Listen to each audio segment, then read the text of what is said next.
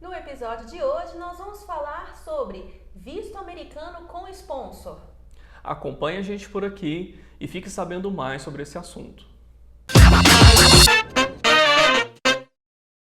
Olá, seja muito bem-vindo e bem-vinda ao podcast Quero Meu Visto Estados Unidos. O meu nome é Natália Wayne. E eu sou Ariel Leão. E aqui nós vamos discutir as notícias e informações mais importantes para quem quer tirar o visto americano e ir para os Estados Unidos. Ariel, vamos começar aqui com a palavra sponsor. O que significa isso? Então, Nath, sponsor em inglês significa financiador. Então, é quem irá financiar algumas partes ou todas as suas despesas da sua viagem para os Estados Unidos. O exemplo mais comum que a gente tem hoje aqui no escritório é pai e mãe, né? É muito comum uma família que vai solicitar o visto, está indo todo mundo tirar lá, e os filhos não têm ainda capacidade financeira de arcar com isso tudo, então os sponsors ou os financiadores da viagem dessas crianças vão ser os pais, né? Mas também pode acontecer de um estudante jovem aí de 15 anos que vai viajar às vezes com os padrinhos, né? E os primos para os Estados Unidos, está indo solicitar sem os pais. Mas quem vai arcar quem vai pagar pela viagem deles vai ser o pai ou a mãe. Né? Você falou até aí de viajar com tios, padrinhos, né? Às vezes o sponsor não é pai e mãe, gente. Às vezes o sponsor é um padrinho, madrinha, avô, avó, né? Tem outras figuras familiares que costumam ser sponsors também, né? É muito comum também, é o cônjuge. O marido ou a esposa, o companheiro ou a companheira, no caso de união estável, né? Que vai custear essa viagem. É legal você falar da união estável, que o governo americano reconhece, né, a união estável, tá? Você falou aí de o parceiro vai financiar. E se for um namorado ou a namorada, quem tá pagando a viagem, tá? Quem tá bancando, pode ser? Poder pode, né? Eu só não recomendo. Por quê?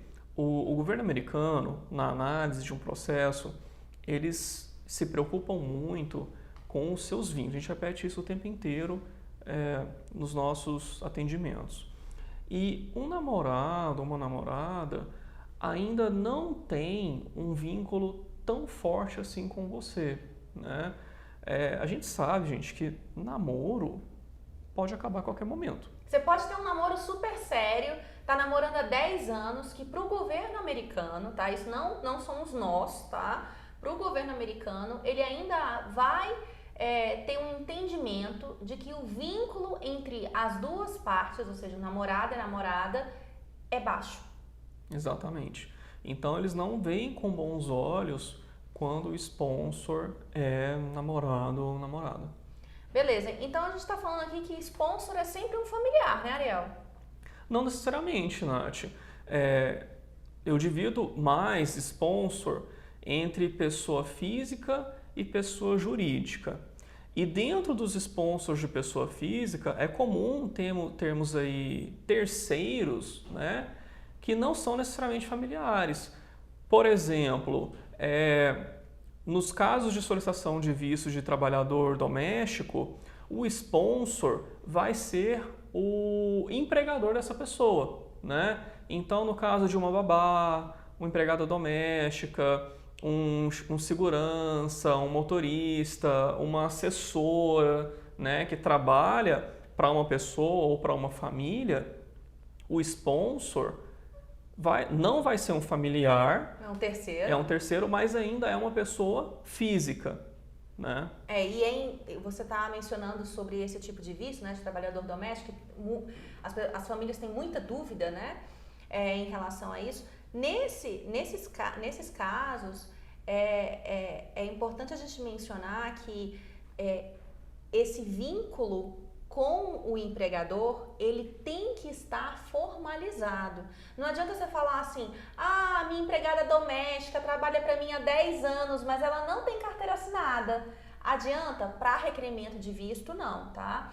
Ela tem que ter esse funcionário doméstico, esse trabalhador doméstico, ele tem que estar trabalhando para para o empregador há no mínimo 1 ano, né? E tem que estar formalizado há no mínimo 1 ano para configurar esse tipo de visto. Porque, gente, nós estamos falando aqui de vistos temporários, tá? Então, a gente está falando de vistos para quem quer ficar nos Estados Unidos temporariamente. Nós não estamos falando de vistos de imigrantes, de residência. Então, são aqueles vistos para quem quer ficar 1 mês, 2 meses, 6 meses, 1 ano. Às vezes, no caso de estudantes aí, 4, 5, 6 anos, dependendo do qual o objetivo dele estudantil, né? Então, todos esses vistos de turismo, negócios, au pair, intercâmbio, estudos, eles se aplicam como temporários. E esses também de trabalhador doméstico, né? E nesse caso de trabalhador doméstico, é o único caso em que o sponsor é obrigatória a sua presença na entrevista junto com o solicitante. É verdade, tá? é verdade. Inclusive, o agente consular, quando aprova o visto, faz assinar um contrato específico lá, né, na presença das duas partes, né? Isso mesmo. Então, nos outros casos, não é necessário, casos de visto de não imigrante, não é obrigatório a presença do sponsor. Na verdade, só pode comparecer à entrevista quem tem horário agendado. Então, o sponsor não vai para a entrevista. Agora, no caso do visto de trabalhador doméstico, é obrigatória essa presença do sponsor lá. Beleza. Tá, mas você falou aqui então que a gente tem uma divisão, né, de sponsor pessoa física e sponsor pessoa jurídica.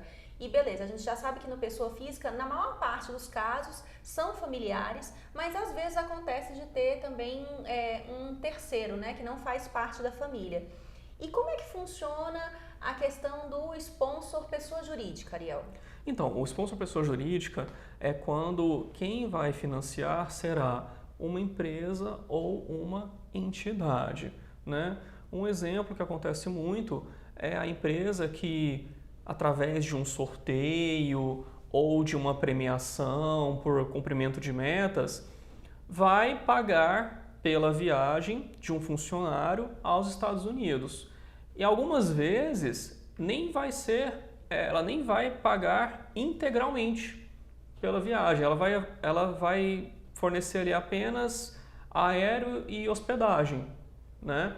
E mesmo que ela não é uma sponsor integral, mesmo sendo uma sponsor parcial, não deixa de ser sponsor e deve ser mencionado no processo. E aí tem documentos também que essa pessoa jurídica vai ter que demonstrar, né? Você falou que o sponsor pode ser também uma empresa ou entidade. Quando você fala entidade, é muito comum a gente pegar aí instituições de ensino que estão patrocinando aquele solicitante, né? Como assim? Por exemplo, vários estudantes têm bolsa de estudos nos Estados Unidos, né?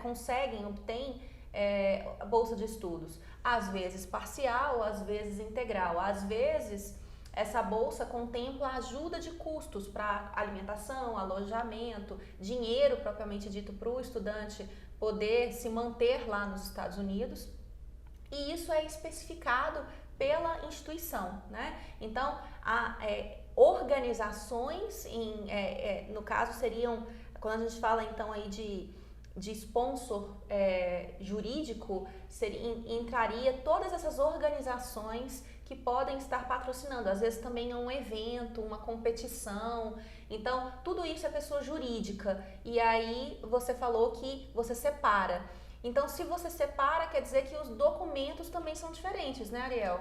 Com certeza. Na verdade, a gente faz essa separação entre pessoa física e jurídica porque a preocupação do agente consular durante a sua entrevista, durante a análise do seu processo, ela vai ser diferente com o sponsor, dependendo desse tipo dele. Por quê? Quando a gente está falando de um sponsor pessoa física, a preocupação do agente consular é se essa pessoa ela tem uma situação tão boa aqui no Brasil a ponto de, além de pagar as suas contas, ter os seus gastos pessoais, às vezes gastos com a sua família, ela ainda tem condições de pagar pela viagem de um terceiro. Então, por exemplo, a gente está falando, você deu o exemplo aí da babá, né? Ah, eu quero viajar para os Estados Unidos, levar minha esposa, meus 2 filhos e eu quero a presença da minha babá, né? Então, esse sponsor, ele ou ela, né, de repente, ele tem que demonstrar capacidade financeira suficiente para manter esta família de 4 pessoas e ainda poder prover a viagem dessa babá, por exemplo, né, Ariel?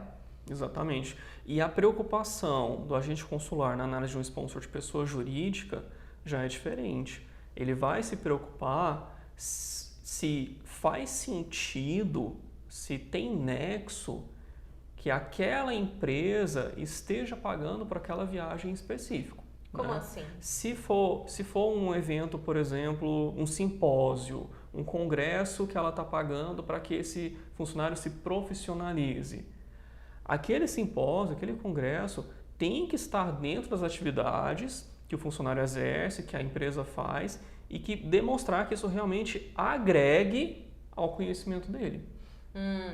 Olha, isso é uma coisa muito importante, porque eu já atendi pessoas que falavam assim: Natália, eu quero que a empresa que eu trabalho seja o financiador da minha viagem. Aí eu, beleza, o que você faz dentro da empresa?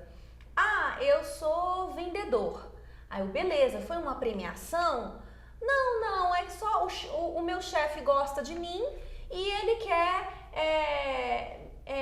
quer me dar essa viagem.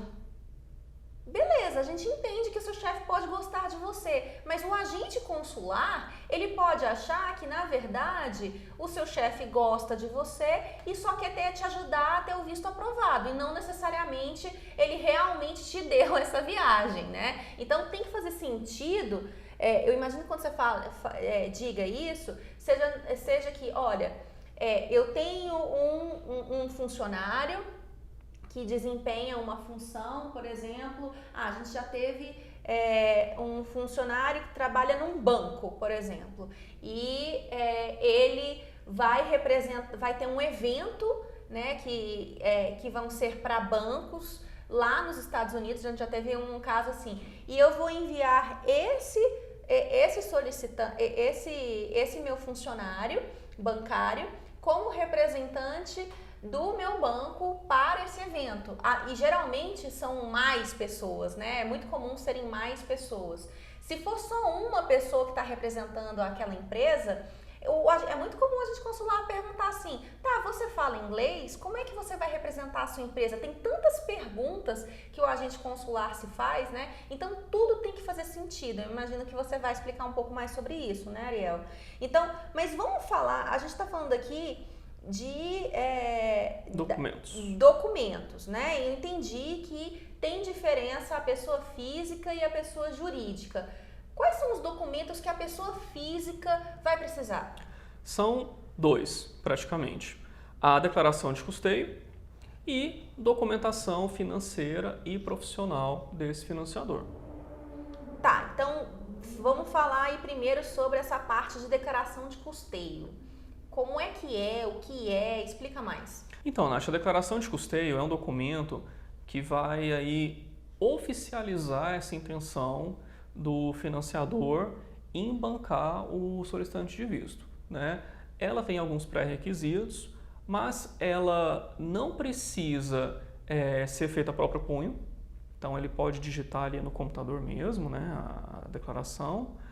Ela não precisa ser reconhecida nem registrada em cartório, então não vai ter esses gastos aí. Desnecessário, né? Que é uma dúvida bem comum. E também ela não precisa estar em inglês, porque como é um documento que apenas mostra uma intenção, né? O agente consular lá na hora da entrevista, ele não é um documento que precisa de... Ele não vai especificar tanto assim, né? Não precisa ter uma compreensão profunda do português para entender. Não é nada que vai confundir ali o agente consular na hora da sua entrevista. Beleza. E o que tem que estar descrito na carta, Ariel? Bom, na carta não, desculpa, na declaração.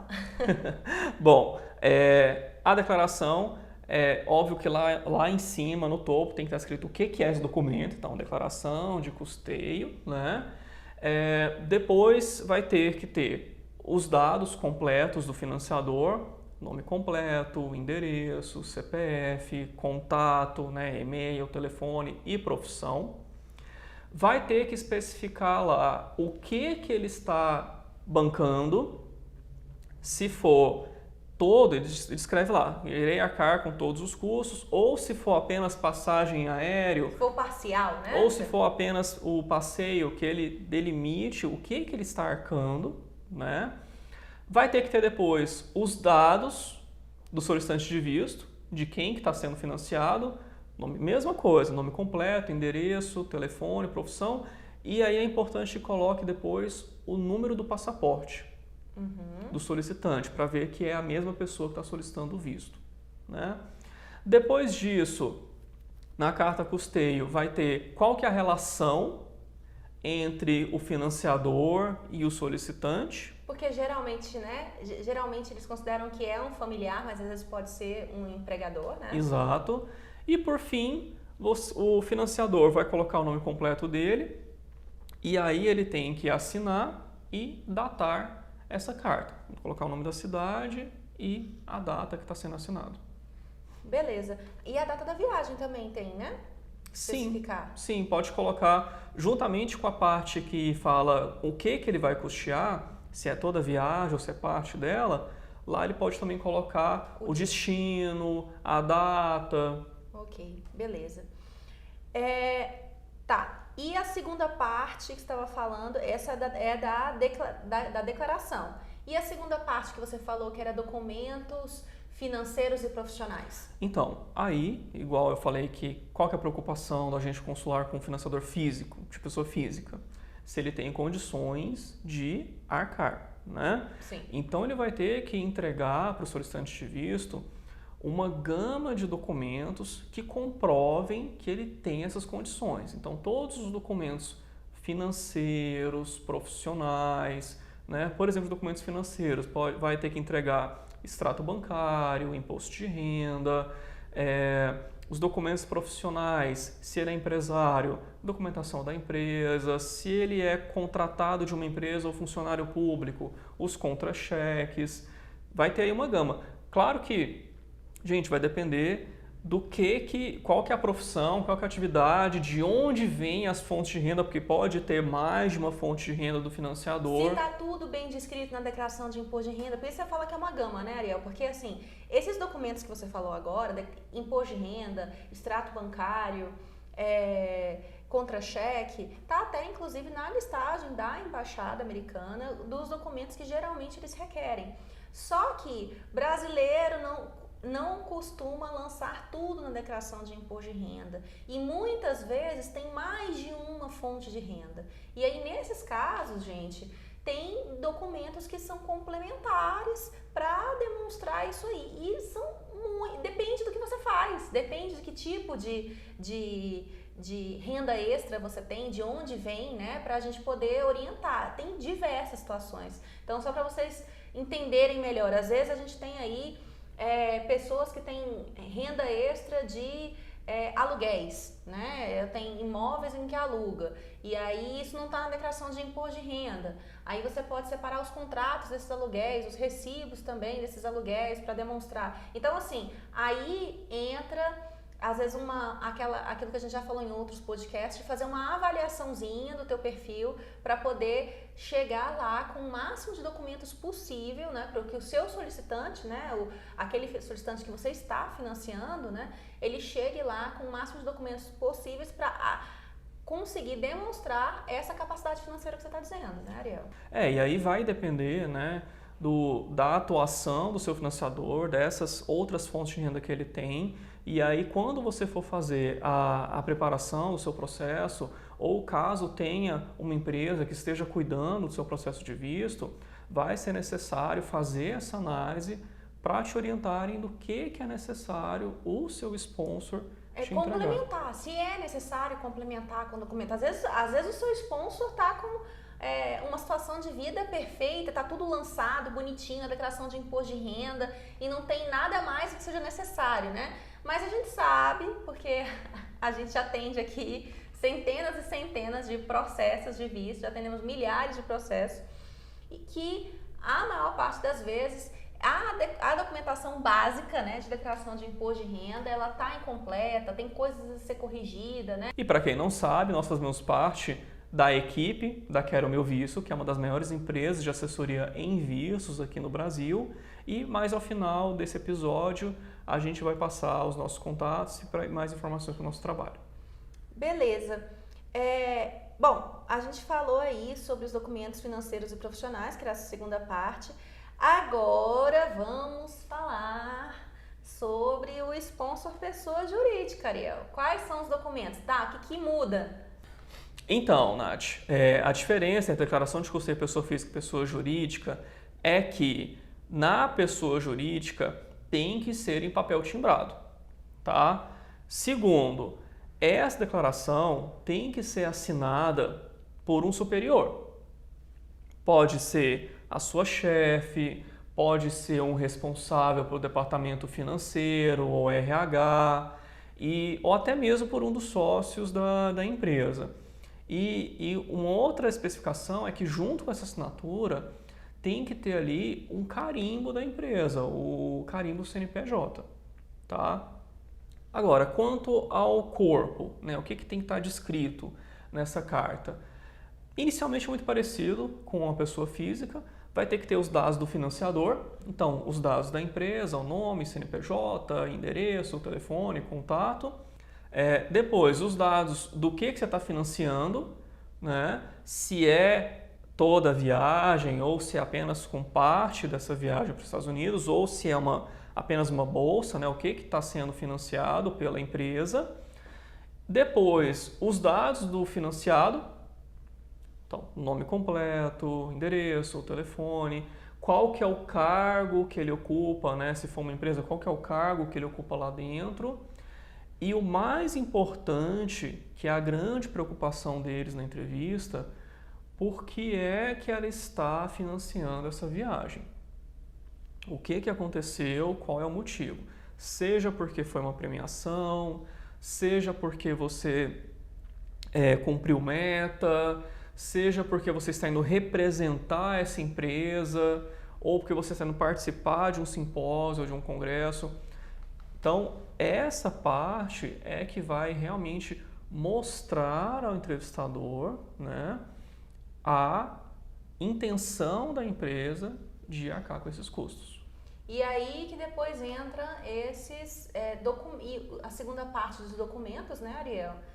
Que demonstram, corroboram com as informações que estão ali nessa carta de custeio, né? Nessa declaração de custeio, desculpa. Exatamente. E aí, então, igual eu falei lá atrás, a preocupação da agente consular é se faz sentido, né? Então, essa documentação que você vai levar junto com a declaração custeio é tudo que comprova essa intenção de viagem, né? Um exemplo, se você está indo para um simpósio, o que você tem que levar? Você tem que levar a inscrição desse simpósio, tem que levar ali um cronograma, geralmente você consegue puxar esse cronograma no site do evento, né? Se a empresa até já comprou as passagens ou se até já fez reserva em hotel, leva esses documentos, lembrando que o consulado não recomenda que você compre passagem sem ter o visto aprovado, mas às vezes acontece, né? E se já tiver comprado, leve, separe tudo aquilo que comprove a intenção da sua viagem. Às vezes tem e-mails que formalizaram essa sua participação no evento.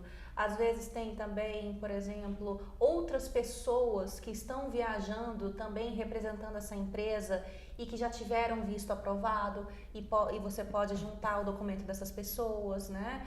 Às vezes a sua carteira de trabalho, né? Isso aí vai estar nos seus documentos pessoais, mas a sua carteira de trabalho para demonstrar o vínculo com essa empresa. Então é importante a gente ressaltar que de acordo com o motivo desse financiamento, né, desse arcar de custos, os documentos podem mudar. Porque, por exemplo, você deu o exemplo do simpósio, mas às vezes acontece, tem muita premiação com viagem, né? Então, por exemplo, você é vendedor numa empresa e existia foi feita uma campanha que quem vendesse mais, sei lá, peças, era numa concessionária, quem vendesse mais peças, quem tivesse o maior faturamento num período, sei lá, de 6 meses, iria ser contemplado com uma viagem. Nesse caso, o que pode se levar adicionalmente? Você pode levar adicionalmente os documentos que demonstrem que essa campanha estava dentro da empresa. Então, a empresa, na hora que fez a campanha,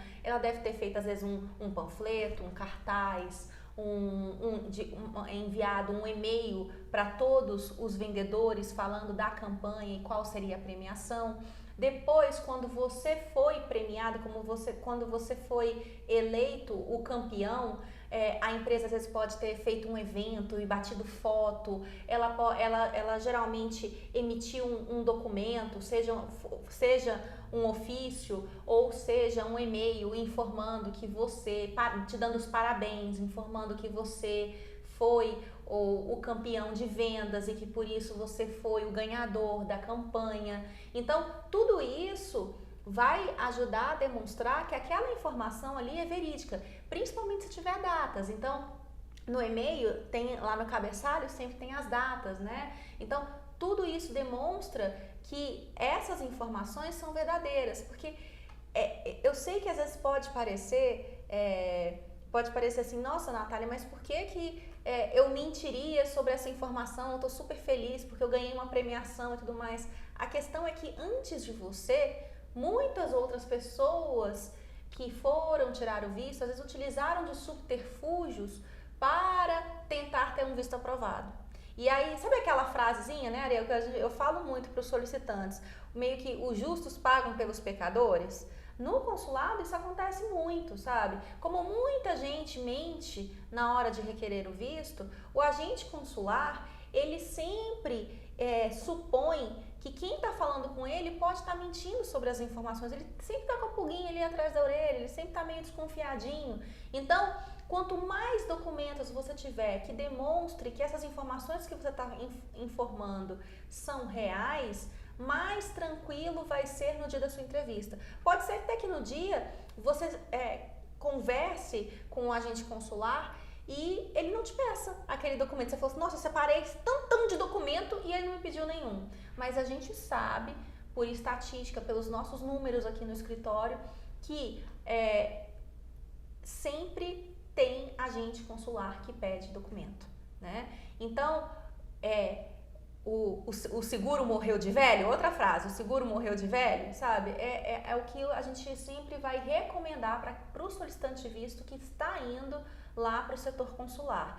Leve o máximo de documentos possíveis, né? Esses documentos, conforme a sua intenção, eles podem variar. Mas eu espero que essas informações que a gente está passando aqui, né, Ariel, ajudem a te dar uma luz, né, de que tipos de documentos você pode providenciar. Então, por exemplo, no caso do estudante, né, Ariel, o estudante, quando está sendo patrocinado por uma universidade, uma instituição de ensino, ela mesma já emite uma série de documentos, né, para demonstrar também. Ela emite essa carta de declaração de custeio, ela também, você junta a sua matrícula na instituição de... Aí, nesse caso, é um dos poucos casos em que o documento vai estar em inglês, porque aí a empresa é americana, né? A instituição, ela é americana. Então, toda vez que quem for o financiador for uma instituição americana, gente, aí não tem problema, pode estar tudo em inglês. Mas se é brasileira, também não precisa se preocupar em fazer uma versão em inglês disso para apresentar, não, né, Ariel?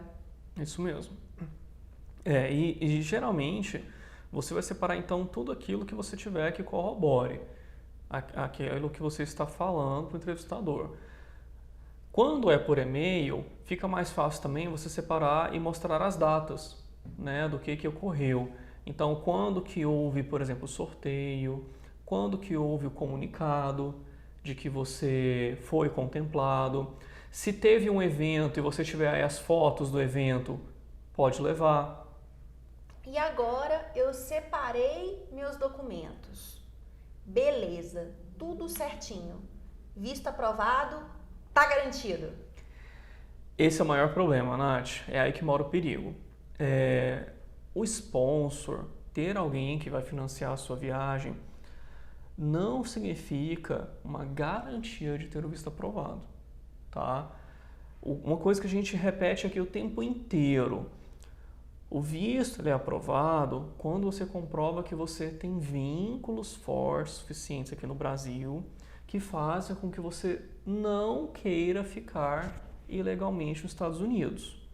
Então, você vai, óbvio, separar a documentação do sponsor, separar isso tudo, mas também vai ter que levar junto com os seus documentos pessoais, profissionais, educacionais e financeiros para mostrar que esse conjunto de informações mostra que você tem como viajar, porque você está sendo custeado, mas também tem vínculos fortes para retornar ao Brasil, né?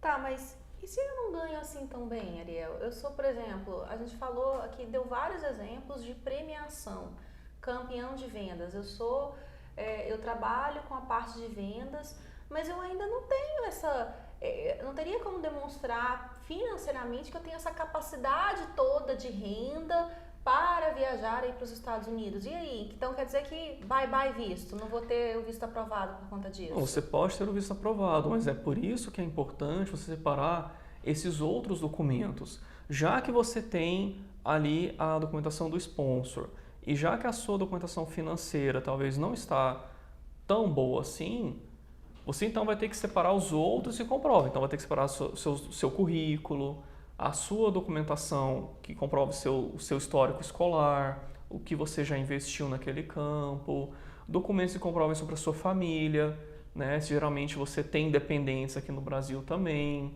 Então, se tem uma parte que não está muito boa, vai ser extremamente importante você dar mais atenção também a essas outras partes.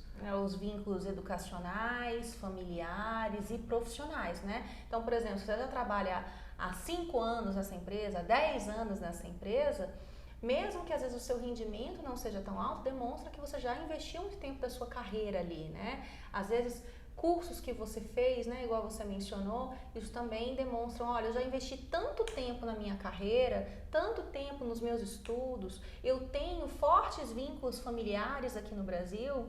E surgiu essa oportunidade, né, de viagem através do patrocínio pela minha empresa. Então, acaba que um pode balancear o outro, né, Ariel? Tem alguma situação que não é legal eu apresentar um sponsor? Sim. Existem casos que eu não aconselho você ter um sponsor. Gente, é o seguinte, se você está falando para o consulado americano que você hoje tem uma situação tranquila, estável, que você é independente financeiramente de outra pessoa, que você ganha bem, que você tem uma vida ótima aqui no Brasil, não faz sentido você falar que tem aí uma pessoa física te auxiliando nessa viagem, né? Principalmente quando você já é maior de idade, já é adulto, né? E coloca lá que que o seu tio tá te presenteando com isso, ou até amigo, né? A gente teve um caso aqui já na agência de um solicitante que nos procurou porque ele tinha uma situação estável, confortável no Brasil, mas ele tem um amigo que ganha muito bem e que queria levá-lo para os Estados Unidos porque ele ia comprar um Porsche lá. Um modelo que ainda não tinha no Brasil. Que ainda não tinha no Brasil. E queria que esse amigo fosse junto para eles fazerem um test drive no carro, para eles andarem e tudo mais e conhecerem lá o carro antes dele fazer essa compra. E aí esse solicitante nos procurou e falou, nossa, Ariel, e aí? Eu coloco no meu formulário que ele vai ser meu sponsor? Aí nesse caso eu falei, cara, a sua situação no Brasil já está confortável, já está estável, já está boa, não há necessidade de ter um sponsor nesse caso. Por quê? Porque se você coloca isso no seu DS-160, quando você chegar lá na entrevista, o agente consular vai achar muito suspeito, né? Ele vai achar estranho em por que alguém que fala que ganha tão bem assim e tem uma situação boa, precisa que um amigo que nem é cônjuge dele, né? Nem é parente tão próximo assim, vá custear essa viagem. Principalmente também para pessoas que já constituíram um núcleo familiar, né? Que já tem ali, a mulher já tem o seu marido, já tem seus filhos, tem uma carreira consolidada, em falar que os pais dela vão custear a viagem da família inteira. Uma coisa é falar assim, olha, a gente vai viajar em família, meus pais já têm visto, vão viajar junto com a gente e eles estão nos dando de presente a viagem dos nossos filhos. E nós vamos pagar as nossas. A gente já pegou vários casos assim que o visto foi aprovado. Agora, meus pais querem financiar a viagem de toda a minha família e eles nem vão para essa viagem, eles nem têm visto e querem bancar a viagem da nossa família inteira, de 4 pessoas, por exemplo. Pois é. Aí nesse caso, o agente consular também vai achar suspeito. Uma coisa é eles quererem bancar a viagem dos netinhos, né? Outra coisa é da família inteira. Poxa, se vocês têm uma situação aqui hoje tão estável e confortável, por que é que vocês, os adultos, também precisam de um financiador que é uma pessoa física, né? É porque tem que lembrar, gente, o tempo todo, que o governo americano está analisando o que vai fazer com que você volte ao Brasil ao final da viagem. Então, às vezes, o seu pai, sua mãe, você constituiu uma nova família, né? Tem 2 filhos, e aí os seus pais têm uma ótima situação financeira e querem ser os financiadores da viagem e querem informar isso no visto. Aí o agente consular está pensando assim, olha, os pais têm uma ótima situação, eles têm fortes vínculos, mas se essa família aqui está precisando ser financiada pelos pais, talvez a situação dessa família não seja assim tão boa no Brasil e talvez eles possam fazer uma viagem futura em que eles não retornem, né? De novo, a gente sabe que é triste porque às vezes a gente tem situações em que os pais querem financiar a família dos filhos todinha, né? Mas tem que entender essa questão dos seus vínculos, né? De que você não pode deixar descoberto para o consulado que você e a sua família têm vínculos com o seu país, né, Ariel? Exatamente, Nath. E é isso, né? Esses então foram os casos, né, de sponsor que a gente tem. Então a gente tem sponsor pessoa física, sponsor pessoa jurídica, deu para entender bem, né, qual a diferença. A gente falou também da documentação necessária para esses 2 casos. Falamos sobre quando não é interessante ter um sponsor, quando não é legal, e também que sponsor não é garantia de ter um visto aprovado. Mas tem muitos caminhos aí para você que precisa de um sponsor, né? Gente, então é isso. Muito obrigada, tá?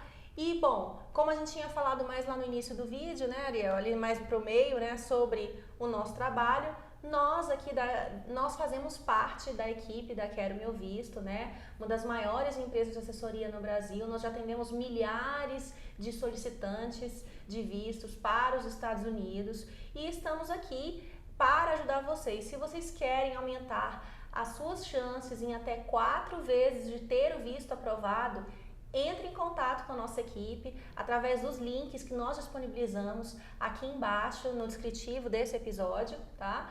E fala com a gente, tá? A gente está te aguardando. Muito obrigada e até mais. Até o próximo episódio. Até mais.